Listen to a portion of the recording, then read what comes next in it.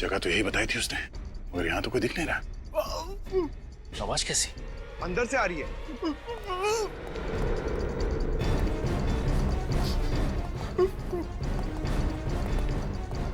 ये कहीं उदय तो नहीं बांध के रखा है?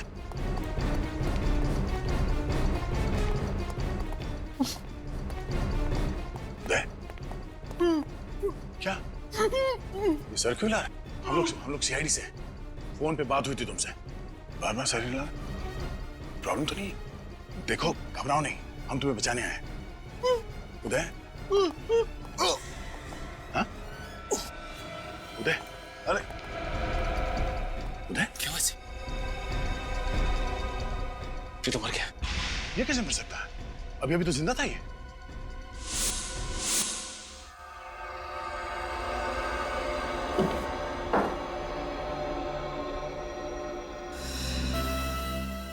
हाँ डॉक्टर साहब, क्या पता चला इसकी मौत अचानक कैसे हो गई? दया, मुझे लगता है इसकी मौत जहर की वजह से हुई। जहर की वजह से? हाँ, ये देखो, यहाँ कुछ दिखाई दे रहा है, ये निशान दिखाई दे रहा काला काला। हाँ सर।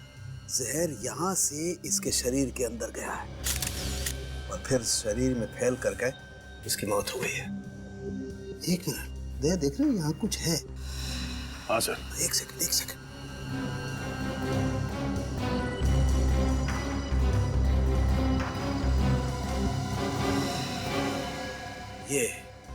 ये देखो, ये सुई, ये जहरीली सुई चुभोई गई है इसकी गर्दन पे, इसकी वजह से मौत हुई है इसकी। मगर सर, जब हम लोग यहाँ पे पहुंचे तभी आदमी जिंदा था, तो क्या इसे कोई ऐसा जहर दिया गया है जिसका असर धीरे धीरे होता है? वो तो पता करना पड़ेगा दया।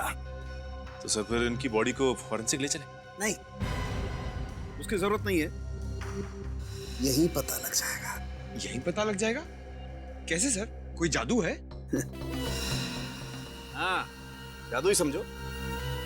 ये बॉक्स देख रहे हो? ये जादुई पिटारा है क्या सर इस पिटारे में?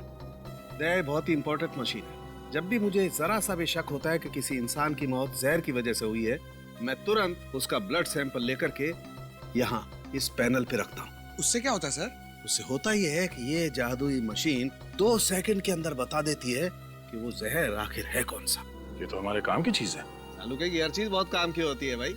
अब देखो, पता चल जाएगा कि ये जहर है कौन सा।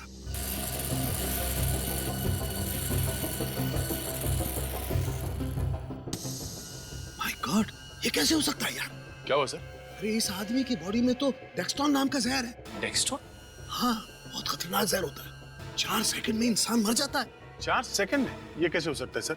जब हम लोग यहाँ पे आए तो ये आदमी जिंदा था। इसका मतलब ये है दया, जब तुम लोग इस आदमी की तरफ बढ़ रहे थे उसी दौरान किसी ने ये पिन चुभोई है इसकी गर्दन पर। मगर सर उस वक्त यहाँ आसपास कोई नहीं था, हमने तो नहीं देखा। हो सकता है वो यहीं कहीं छुपा होगा। हाँ, ये हो सकता है। पीछे ये बटन ट्रिगर जैसा कुछ है सर, यहाँ पे कैसे? Yes, trigger. दया, एक मिनट, तुमने बताया कि जब तुम लोग इस आदमी की तरफ बढ़ रहे थे ये अपना सर ऐसे ऐसे हिला रहा था। हाँ सर, तो आप कहना चाहते हैं कि? वही कहना चाहता हूँ दया, इस आदमी को पता था कि इसकी मौत आने वाली है, इसीलिए ये गर्दन हिला हिला कर तुम्हें आगे बढ़ने से मना कर रहा था। लेकिन आप लोग इसकी बात समझ नहीं पाए और गलती से किसी का पैर इस ट्रिगर पे पड़ गया और सुई आके इसके गर्दन पे लगी और इस बेचारे की मौत हो गई। ये लाल बटन अगर ट्रिगर है और सुई इसके गर्दन पे बाईं तरफ लगी, मतलब वो सुई यहाँ इस तरफ से आई होगी, इस दीवार की तरफ से। बिल्कुल।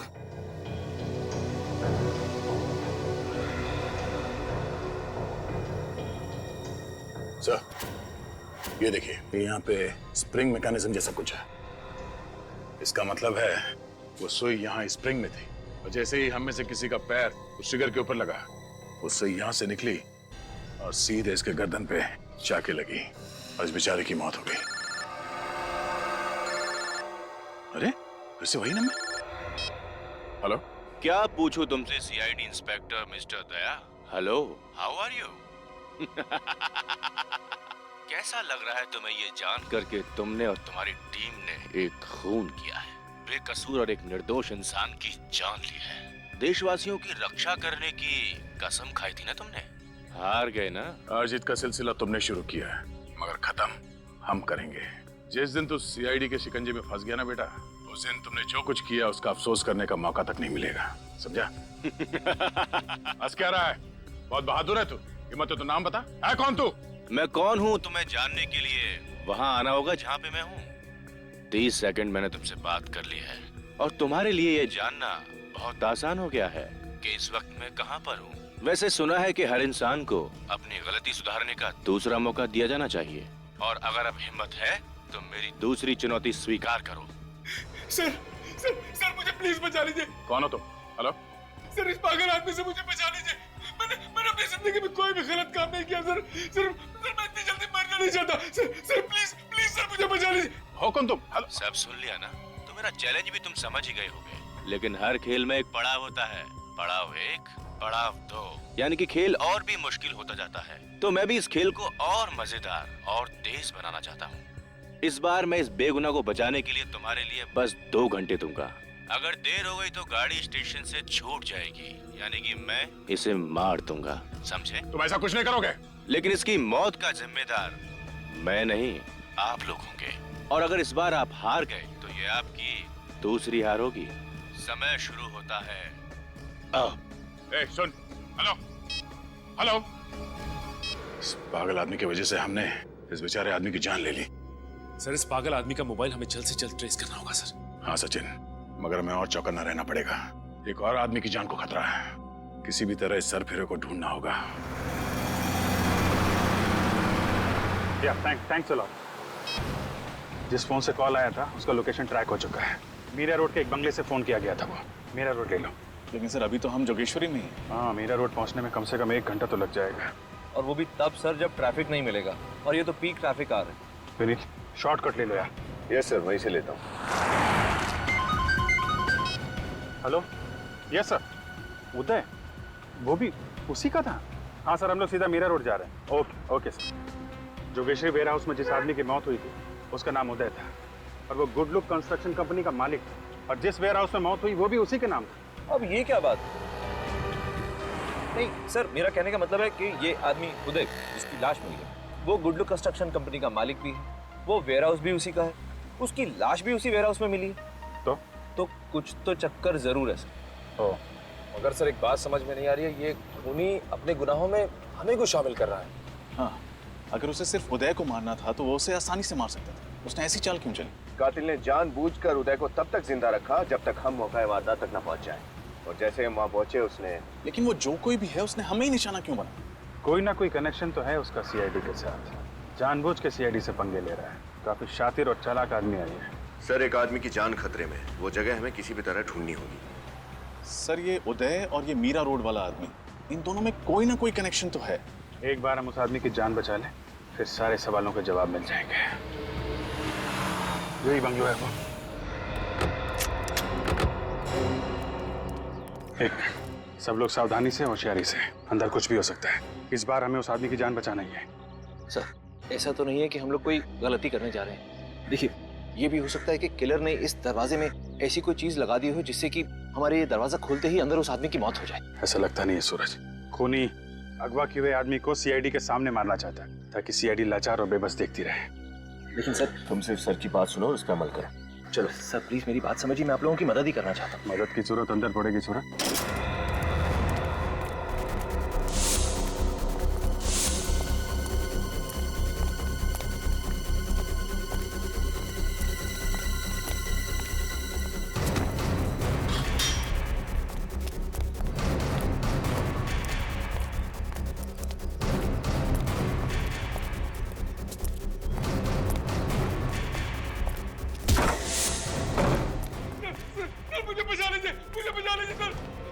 एक मिनट ऑफिसर, अगर आगे बढ़े तो मैं इसके चीथड़े चीथड़े कर दूंगा। क्या बिगाड़ा इस आदमी ने तुम्हारा? हैं? छोड़ दो इसे। छोड़ दूंगा? जल्दी भी क्या है, पहले एक खेल तो खेल लूं तुम्हारे साथ। खेलना चाहोगे? देखो, अगर इस आदमी को बचाना है तो इस बॉक्स का रिमोट मैंने इसी कमरे में छुपा के रखा है, यहीं पर। और उसके लिए तुम्हारे पास है 30 सेकंड और तुम्हारा खेल शुरू होता है अब।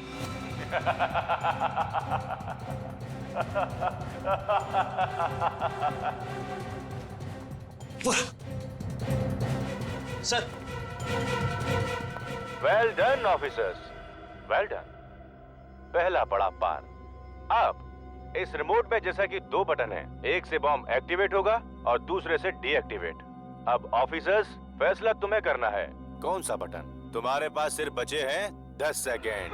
10, 9, 8, 7, सर सही वाला बटन 6, दबाइएगा। 5, जल्दी। 4, कमजोर पहली बार महसूस कर रहा हूँ। 3, एक गलत कदम और 2, इस निर्दोष की मौत। 1।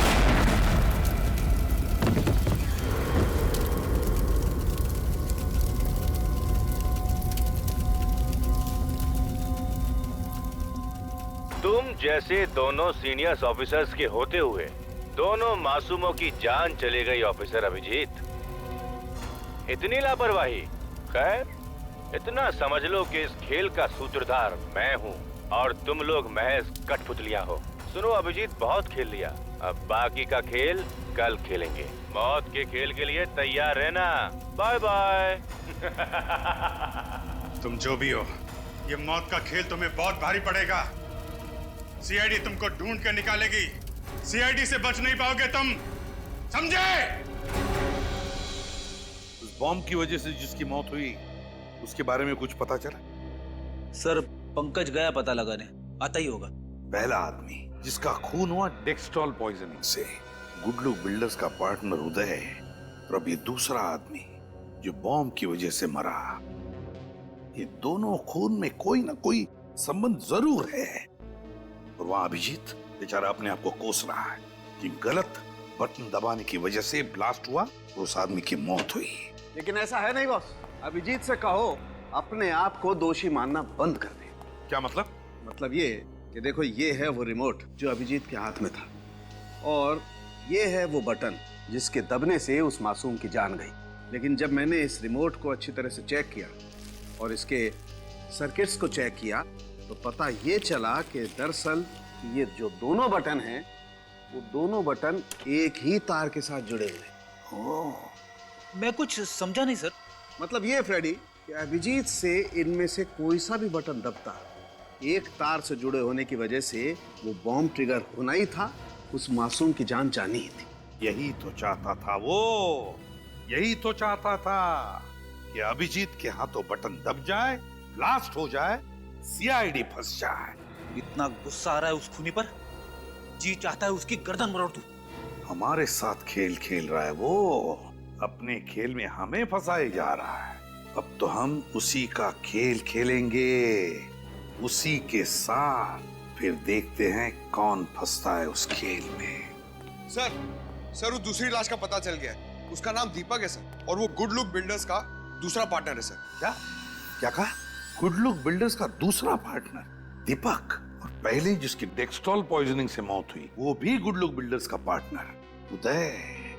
एक ही कंपनी के 2 पार्टनर्स की मौत, क्यों, किस वजह से?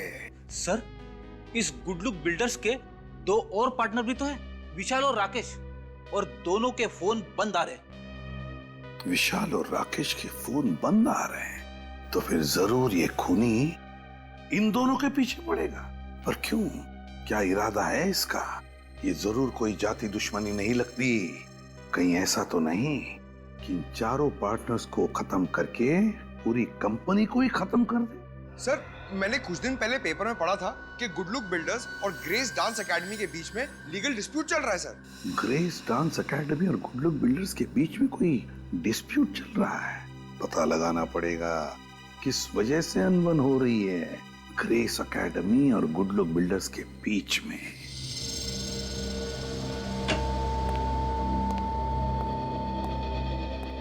एक्सक्यूज मी, जी ये डांस एकेडमी कौन चलाता है? जी मैं। आपका नाम? स्मृति। आप लोग? हम सीआईडी से हैं, आपसे कुछ पूछना है। सीआईडी? पर मैं तो सिर्फ ये डांस एकेडमी चलाती हूँ। देखिए आप घबराइए मत, हम आप पर कोई आरोप लगाने नहीं आए। तो फिर हम बस आपके और गुड लुक बिल्डर्स के बीच में जो झगड़ा चल रहा है उसके बारे में जानना चाहते हैं। ओह, वो 4 गुंडे? गुंडे? जी हाँ, मैं तो उन्हें गुंडा ही कहूंगी। वो लोग मुझसे मेरी डांस एकेडमी छीनना चाहते, यहाँ तक कि इस बिल्डिंग को तोड़ के वो लोग यहाँ पे बड़ी बिल्डिंग बनाना चाहते। ओह, तो ये बात है। उन्होंने आपकी एकेडमी छीनने के लिए कुछ गैर कानूनी हथकंडे भी अपनाए? हाँ सर, अपने राजनीतिक संबंधों का इस्तेमाल करके उन्होंने यहाँ के मालिक पर दबाव डाला है, जिसकी वजह से हमारी 10 साल की लीज कैंसिल कर दी गई है। और तो और हमारी एनओसी के बगैर उन्होंने ये जमीन भी खरीद ली है और हमें दूसरी एकेडमी के लिए जगह भी नहीं दे रहे। नई एकेडमी के लिए वो लोग आपको दूसरी जगह क्यों नहीं देना चाहते? उन 4 पार्टनर्स में से 3 को तो कोई प्रॉब्लम नहीं है, एक है मिस्टर राकेश, उन्हें प्रॉब्लम है। आपको पूरा यकीन है कि सिर्फ राकेश आपके खिलाफ है? हाँ सर, पक्का यकीन है। यहाँ तक कि जब उन 3 पार्टनर्स ने हमें डांस एकेडमी के लिए नई जगह देने की बात की थी तो मिस्टर राकेश ने उन्हें जान से मारने की धमकी दी। ये सब आप कैसे जानते? जी, उस दिन मैं उन बिल्डर्स के ऑफिस गई थी उन्हें ये समझाने के लिए कि हमें डांस एकेडमी के लिए दूसरी जगह दे दे। तो उनके केबिन में घुसने से पहले मैंने उन्हें बातें करते हुए देख लिया, तो मैंने उनकी बहस को अपने मोबाइल में रिकॉर्ड कर लिया था। क्या वो रिकॉर्डिंग अभी भी आपके पास है? जी हाँ, उसे मैं कोर्ट में सबूत के तौर पे पेश करूंगी। अच्छा, ये रिकॉर्डिंग हम देख सकते हैं? जी हाँ, 1 मिनट।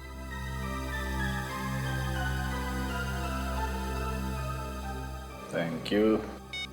भाई राकेश, हमारी समझ में ये नहीं आ रहा है कि आखिर तुम्हें तकलीफ क्या है। तुम उस डांस एकेडमी की मालकिन, वो क्या नाम है उसका, स्मृति, उसको उसके डांस एकेडमी चलाने के लिए कोई दूसरी जगह क्यों नहीं दे देते? क्यों दे दे हम? अरे दिमाग खराब हो गया तुम लोगों का? 2 एकड़ जमीन देनी पड़ेगी। 2 एकड़ कोई मुफ्त में नहीं आता है। 8 करोड़ रुपए लग जाएंगे, 8 करोड़। हम यहाँ पर बिजनेस करने बैठे हैं, कोई दान दक्षिणा देने के लिए नहीं। क्यों विशाल, मैं सही कह रहा हूँ ना?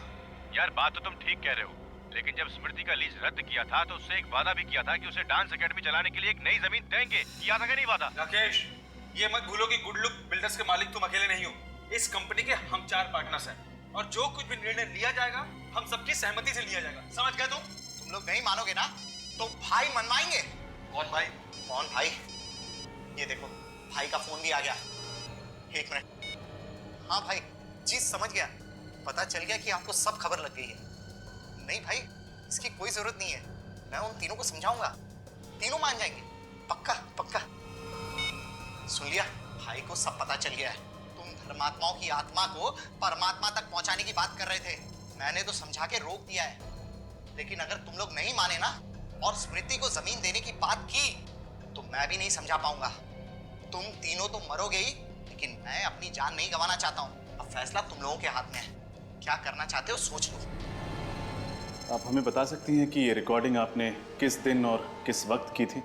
जी, ये मैंने 25 तारीख को शाम 4:15 बजे ली थी। स्मृति जी, आप जानती हैं ये रिकॉर्डिंग आपको मुसीबत में डाल सकती है। जी, आप लोग फिक्र मत कीजिए, आप लोगों की तरह मैं भी हमेशा सावधान रहती हूँ। अच्छा, आपके पास राकेश का नंबर तो हो गए? जी हाँ। नहीं, ले लो।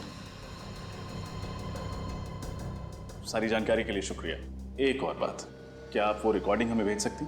जी हाँ, मैं अभी ब्लूटूथ से भेज देती हूँ। ये लीजिए। शुक्रिया, अपना ख्याल रखिएगा। सर, स्मृति के मोबाइल में हमने जो फुटेज देखा था उसमें राकेश को जो कॉल आया था उस फोन नंबर का लोकेशन यहीं ट्रेस हुआ है। ये घर है किसका? सर, शेखर भाई का। शेखर भाई? वो जाना माना अपराधी? Yes sir. अच्छा, छोटी छोटी चोरियां करते करते बड़े बड़े हाथ मारने लगा, और अब बड़े बड़े हाथ मारते मारते ये शेखर भाई बन गया। चलो देखते हैं। सर, शेखर भाई का इस केस से क्या संबंध है? हो सकता है ये राकेश शेखर भाई का नाम लेके उसके बाकी के पार्टनर्स उदय, दीपक और विशाल को डरा धमका रहा हो, या फिर ये भी हो सकता है कि शेखर नहीं, इन दोनों उदय और दीपक को हमारे हाथों मरवाया। मगर सर, ये शेखर सीआईडी के कंधों पर बंदूक क्यों रखा है? चाहता क्या है ये बात मेरी समझ में भी नहीं आ श्रेया। हमारे हाथों इन दोनों को मरवा के ये साबित क्या करना चाहता है? सर, शेखर भाई का ऐसा घर? ऐसे लोगों के दिखाने के दांत और होते हैं, संभाल के।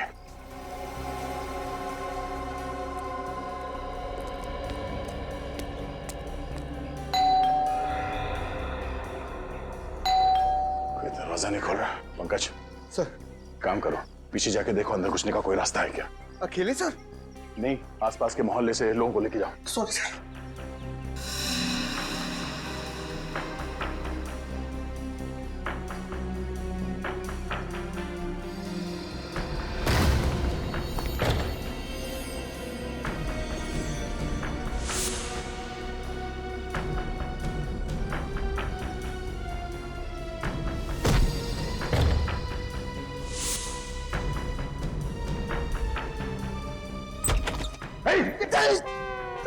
क्या करें? और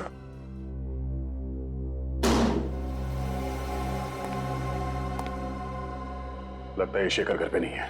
करके तलाशी लो अच्छी तरह से।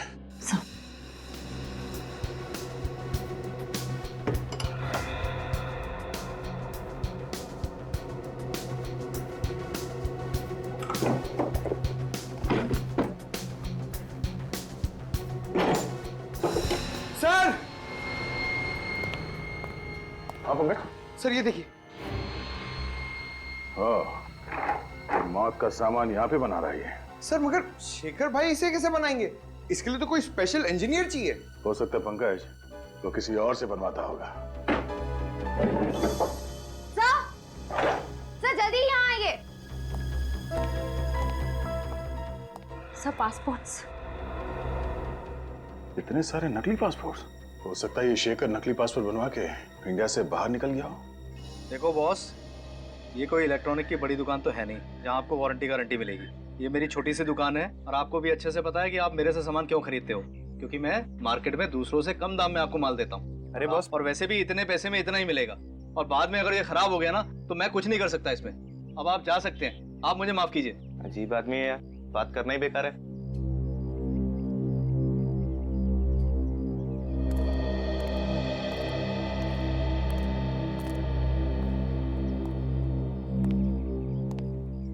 अब आपको भी कुछ कहना है? जो भी कहना है मत कहिए, अपने पास रखिए और जाइए यहाँ से। जरा ऊपर देखने का कष्ट करेंगे। साहब आप माफ कीजिए, मैंने आपको देखा नहीं। लेकिन हम तुझे अच्छे से जानते हैं राजू, तू तो कभी ऐसी अजीब सी चीजें नहीं बनाता था। ये काम कब से शुरू किया? सब ये मैंने नहीं बनाया। देख राजू, झूठ बोलेगा तो फंसेगा, समझा? मामला गंभीर है, 2 लोगों की मौत हो चुकी है। 2 लोगों की मौत? हाँ, इसलिए जो कुछ भी जानता है हमें सच सच बता दे, इसी में तेरी भलाई है। मैं तो आप लोगों का पुराना खबरी हूँ, आप लोगों से झूठ बोल के मैं खतरा मोल क्यों लूंगा? देख राजू, तू हमें अच्छे तरीके से जानता है, सच उगलवाने के हमें और भी तरीके आते हैं, इसलिए जो कुछ है चुपचाप उगल दे। सच बोलो साहब, ये जो भी बनाने का सामान है ना, मैंने ही बेचा है। अब बोला साहब, ये जो सर्किट के ऊपर निशान है ना, इसको मैं अच्छे से पहचानता हूँ। ये मेरी दुकान का ही माल है। ये सामान तूने किसको बेचा था राजू? दीपू को। कौन दीपू? पिछले हफ्ते तो आया था वो। मैंने उसको पूछा इस सर्किट का तू क्या करेगा, कुछ जवाब नहीं दिया, पैसे दे के चला गया। और क्या जानते हो दीपू के बारे में? वैसे तो वो एक इंजीनियर है, एक अच्छी डिग्री भी है उसके पास, लेकिन फिलहाल वो बेरोजगार है, छोटे छोटे काम करता है और अपना खर्चा चलाता है। दीपू का पता? कौन आ गया? अरे कहीं खोली का मालिक तो नहीं? अरे आ रहा हूं भाई। अरे रे, आप लोग कौन है और इस तरह कैसे घुसे चले आ रहे हैं? अरे कौन है आप लोग? अरे अरे तुम्हारा ही नाम दीपू है? हाँ, मैं ही दीपू। कहीं आप लोग, देखिए मैंने पहले ही कहा कि अगले संडे तक खोली का भाड़ा भर दूंगा, आप लोग मुझे खोली से मत निकाला प्लीज। दीपू, हम लोग सीआईडी से। सीआईडी? आपको क्या काम है मुझसे? साहब मैं तो बहुत शरीफ आदमी हूँ, कोई गैर कानूनी धंधे नहीं करता। कोई गैर कानूनी धंधे नहीं करते। ये रिमोट और ये ट्रिगर तुमने ही बनाया था ना, दीपक और उदय की जान लेने के लिए? क्यों? ये दोनों चीजें तुमने ही बनवाई थी ना? हाँ साहब, मैंने ही बनाया, लेकिन किसी दीपक और उदय की जान लेने के लिए नहीं। तो फिर किस लिए बनाया था? साहब, शेखर भाई ने मुझे अपने घर पे बुलाया था ये सारी चीजें बनाने के लिए। यहाँ भी शेखर भाई? ये चीजें तुमसे शेखर भाई ने बनवाई थी? उन्होंने मुझे पैसे दिए थे इन चीजों को बनाने के लिए, लेकिन साहब उन्होंने ये नहीं बताया कि इन चीजों को वो किस तरह से इस्तेमाल करेंगे। ये रिमोट और ट्रिगर बनाते वक्त तुम्हारे दिमाग में एक बार भी ख्याल नहीं आया कि इन चीजों का इस्तेमाल गलत काम के लिए हो सकता है? 2-2 जाने गई हैं तुम्हारी वजह से, 2-2 जाने। 2-2 जाने? हाँ, तुम्हारे बनाए गए इस ट्रिगर और रिमोट का इस्तेमाल किया गया है बॉम्ब ब्लास्ट करने के लिए और जहरीली पिन चुभाने के लिए। साहब मेरा यकीन करो साहब, मैं किसी बॉम्ब और जहरीली पिन के बारे में नहीं जानता हूँ। नहीं जानता? शेखर भाई को ढूंढना होगा। और क्या जानते हो तुम शेखर भाई के बारे में? साहब जब मैं उनके घर गया तो वो फोन पे किसी से बात कर रहे थे। उनकी बातों से ऐसा लगा कि वो ये सारा काम किसी और के लिए कर रहे थे। इसका मतलब इस सब में कोई और भी शामिल है? और क्या सुना तुमने? साहब, उन्होंने उससे कहा कि जब तक तुम्हारा काम शुरू होगा मैं जाली पासपोर्ट के जरिए इस देश से फरार हो जाऊंगा। तो तुम्हें उसी वक्त हमें फोन करके खबर करनी चाहिए थी ना। दो जाने बचा सकते थे आप। साहब मुझे माफ कर दो साहब। शेखर भाई जैसे ताकतवर इंसान के खिलाफ बोलने की हिम्मत नहीं जुटा पाया साहब। सर, ये दूसरा आदमी कौन हो सकता है जिसके कहने पर शेखर भाई ये सब काम करवा रहे थे? मुझे तो राकेश पर शक है। स्मृति ने जो वीडियो रिकॉर्डिंग हमें दिखाई थी। राकेश का नंबर? हेलो, सीआईडी, मैं विशाल बोल रहा हूँ। राकेश ने मुझे कैद करके रखा हुआ है। आप प्लीज मुझे बचा लीजिए, वो मुझे मार देगा। सर प्लीज मुझे बचा लीजिए सर। विशाल तुम कहाँ हो? सर वो आ रहा है। सर मैं फोन रखता हूँ। मुझे लगता है राकेश ने विशाल को बंदी बना के रखा और दीपक और उदय की तरह शायद उसे भी मार देगा। सर हमें जल्दी कुछ ना कुछ करना पड़ेगा। इस विशाल की जान बचाना बहुत जरूरी है। हाँ, हमें विशाल को बचाना ही होगा, लेकिन उससे पहले राकेश का फोन ट्रैक करना होगा। पता करना होगा कि ये कॉल आया कहां से था। इस बार राकेश को पकड़ना ही होगा, उसके पार्टनर विशाल को बचाना होगा। इस राकेश ने दो खून किए हैं, तीसरा हम उन्हें नहीं देंगे। लेकिन सर अगर इस राकेश ने इस बार फिर से कोई चालाकी की तो 2 बार तो कर चुका है, अगर तीसरी बार। इस बार ऐसा नहीं होगा। राकेश ने हमें खुद तो फोन किया नहीं, बल्कि इस वक्त वो हमें फोन करके चुनौती देने की प्लानिंग कर रहा होगा। इससे पहले कि उसे कुछ पता चले हम उसे पकड़ लेंगे। हाँ सर, इससे पहले कि राकेश कोई नया जाल बिछाए, इस बार हम उसे दबोच लेंगे। राकेश, कहीं उसे पता तो नहीं चल गया? बोल। आओ आज फिर से एक खेल खेलेंगे। तुम्हारा तो पता नहीं, लेकिन मुझे तो बहुत मजा आ रहा है। चाहे एक और आदमी क्यों ना मर जाए, तुम अपनी उम्मीद मत मरने देना। आज बहुत साहस की जरूरत पड़ेगी तुम्हें। आज साहस की जरूरत तुझे पड़ेगी राकेश। राकेश, तुम्हें मेरा नाम कैसे पता चला? सिर्फ नाम ही नहीं, तेरे बारे में बहुत कुछ जानते हैं हम। क्या मतलब है तुम्हारा? इस वक्त हम उस बंगले की तरफ बढ़ रहे हैं जहाँ तूने विशाल को बंदी बना के रखा है। तो मासूम जानों को तो हम नहीं बचा सके, लेकिन आज तुझ जैसे दरिंदे को रंगे हाथों पकड़कर सजा दिलाएंगे। जरा भी चालाकी करने की कोशिश मत करना, वरना गोली की आवाज।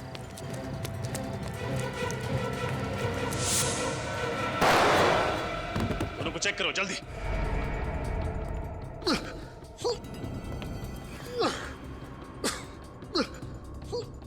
विशाल का बचना बहुत जरूरी है। अगर ये मर गया तो सीआईडी के हाथों 3-3। जल्दी से एम्बुलेंस बुला और दोनों को अस्पताल भेजने का बंदोबस्त करो।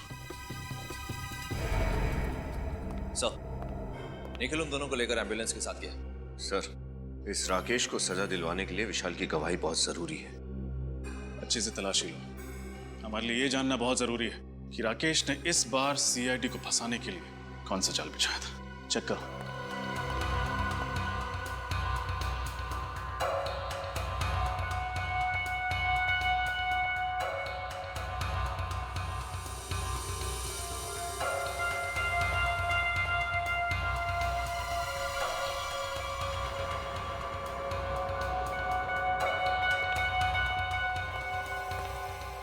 सूरज, ये मोबाइल तुम्हारा तो नहीं? नहीं, यहीं पर मिला। मैं आप ही को दिखाने के लिए आया था। देखिए।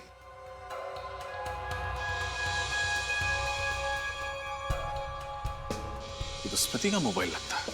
हाँ सर, जब स्मृति हमें उस राकेश का वीडियो मोबाइल में दिखा रही थी तब मैंने गौर किया था, यही की चेन उसके मोबाइल में लगा हुआ था। सर, ये मोबाइल टूटा कैसे? सर, यहाँ पर ये खून भी है। सर, अगर ये मोबाइल स्मृति का है तो इसका मतलब वो यहाँ जरूर आई थी और यहाँ कुछ ऐसा हुआ है जिसकी वजह से उसका मोबाइल नीचे गिरकर टूट गया और उसे चोट लगी। यहाँ राकेश और विशाल के बीच में जो कुछ भी हुआ वो तो हमें उन दोनों से पता चली जाएगा। एक काम करो, आसपास के क्लिनिक से पता लगा। अगर स्मृति किसी भी क्लिनिक में नहीं गई थी तो मदद के लिए डांस अकेडमी जरूर गई होगी। सारे क्लिनिक्स और हॉस्पिटल में पता लगा स्मृति का? हाँ सर, स्मृति कहीं पे भी नहीं गई थी। एक मिनट।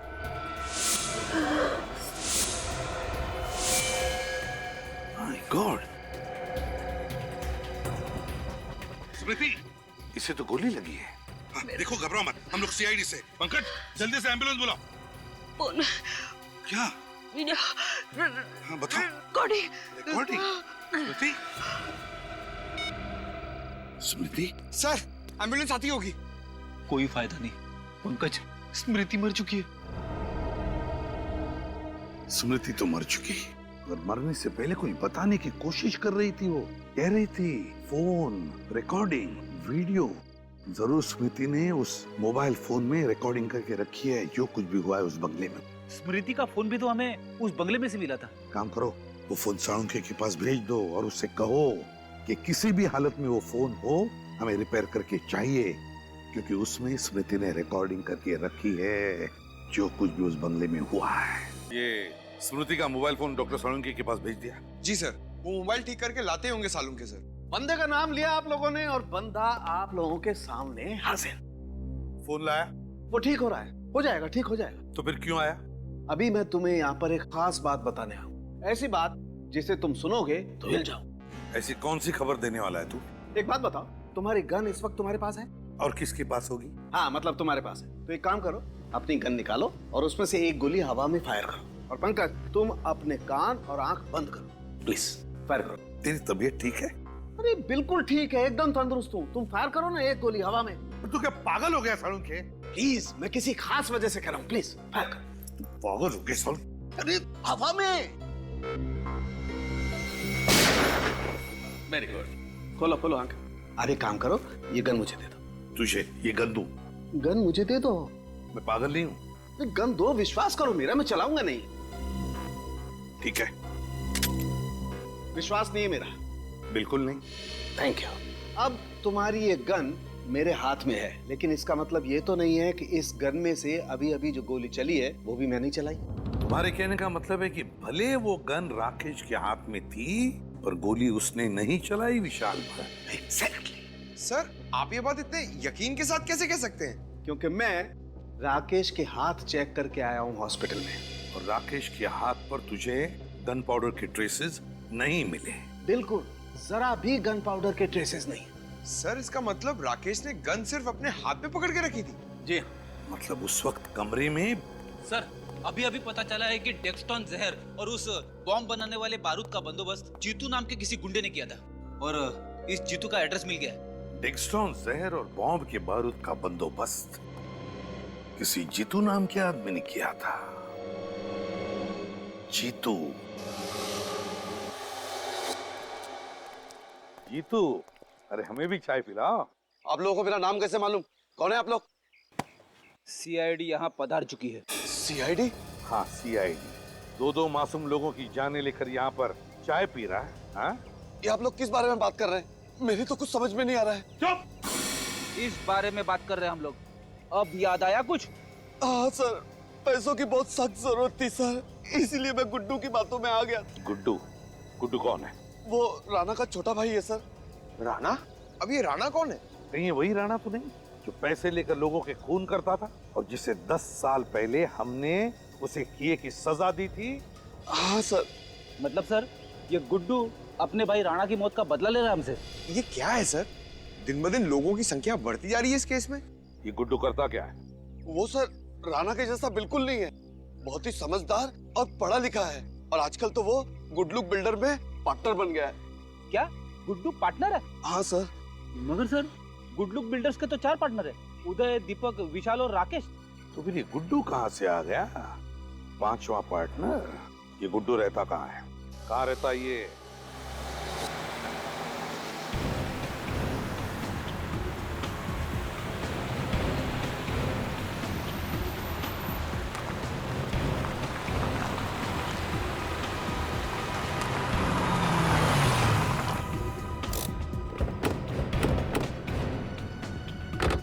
सब लोग चौकन्ने रहना, कुछ भी हो सकता है। सर, हम एक के बाद एक गलतियां करते जा रहे हैं, अपराधी हमें सोचने का मौका ही नहीं दे रहा।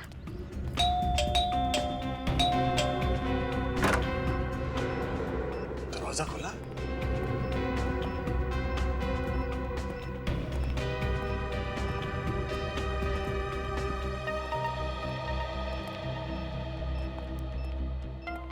लगता है घर में कोई नहीं है। सर शायद यही राणा है। हाँ, यही है वो राणा जो अपने जमाने में बहुत ही पहुंचा हुआ अपराधी था। कुछ नहीं मिलेगा आप लोगों को। आवाज कहां से आई? ओह, यहाँ भी स्पीकर और कैमरा। वैसे मानना पड़ेगा, आपकी सीआईडी की टीम बधाई की हकदार तो है ही, अगर आप मेरे पीछे पीछे यहाँ तक पहुँच ही गए। लेकिन दुख की बात यह है कि यहाँ के आने का कष्ट उठाने के बाद भी तुम लोग मुझे पकड़ नहीं पाओगे। हमारा साथ बस यहीं तक है। आज यहाँ आपका जीवन का सफर खत्म होगा, हमेशा हमेशा के लिए। वो क्या है ना कि मेरी एक बहुत बुरी आदत है, सीआईडी से हमेशा एक कदम आगे रहने की। इससे पहले कि तुम यहाँ पर पहुँचो, मैंने यहाँ पर जाल बिछा दिया था। तुम लोगों ने जैसे ही दरवाजा खोला, बॉम्ब का टाइमर शुरू हो गया। अब सांस लेने के लिए बचे हैं तुम्हारे पास 5 सेकंड। अलविदा सीआईडी, अलविदा। श्रेया, निखिल, पंकज, भागो यहाँ से।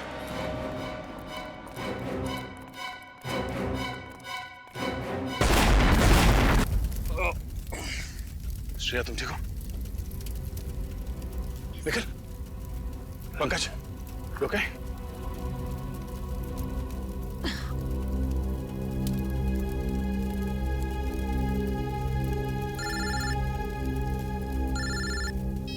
हेलो, हाँ सर, हम लोग राणा के जले हुए घर के बाहर खड़े हैं सर।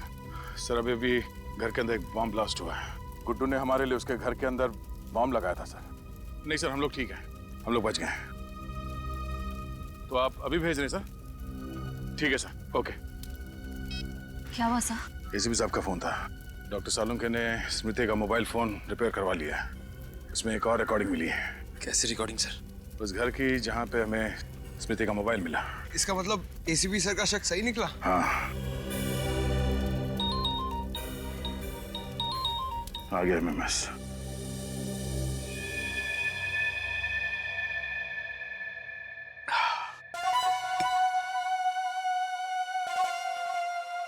राणा भैया, आज आपके भाई गुड्डू ने आपकी मौत का बदला ले ही लिया।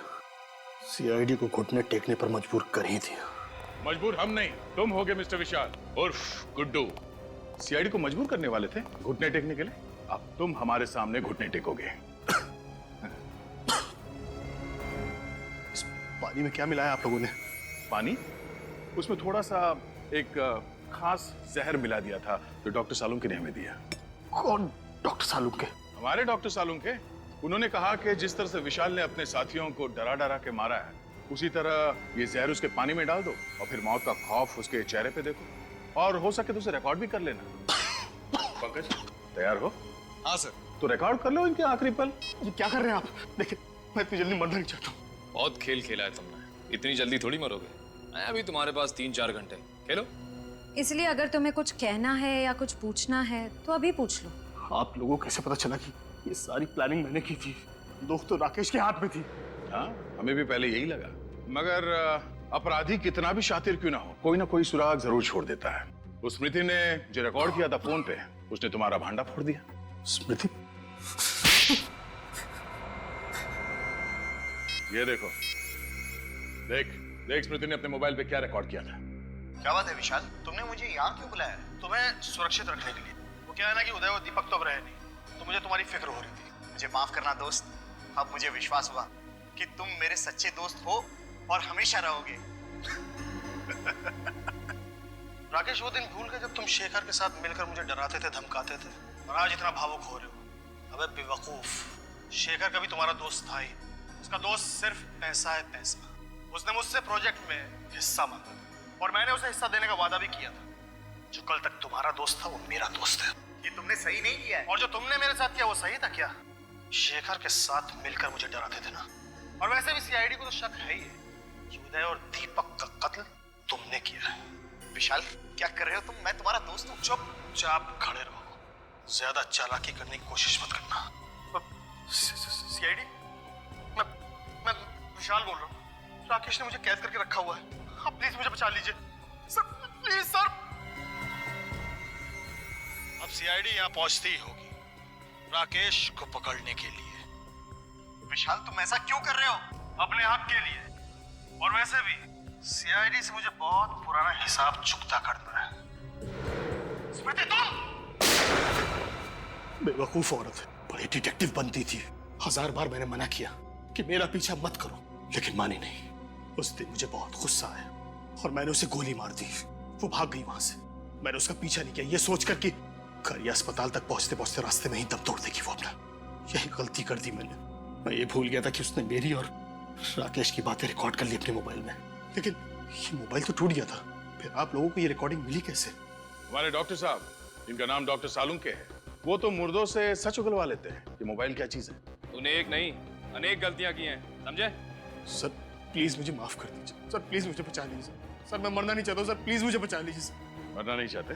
निश्चिंत रहो, तुम्हारे पानी में जहर नहीं था, सिर्फ केमिकल था, जिससे तुम्हारे गले में खराश होगी, थोड़ी खांसी होगी, शहद ले लेना, ठीक हो जाओगे। और ठीक तो होना ही है तुम्हें, ताकि कानून तुम्हें तुम्हारे गुनाहों की सजा दे सके, सजाए मौत।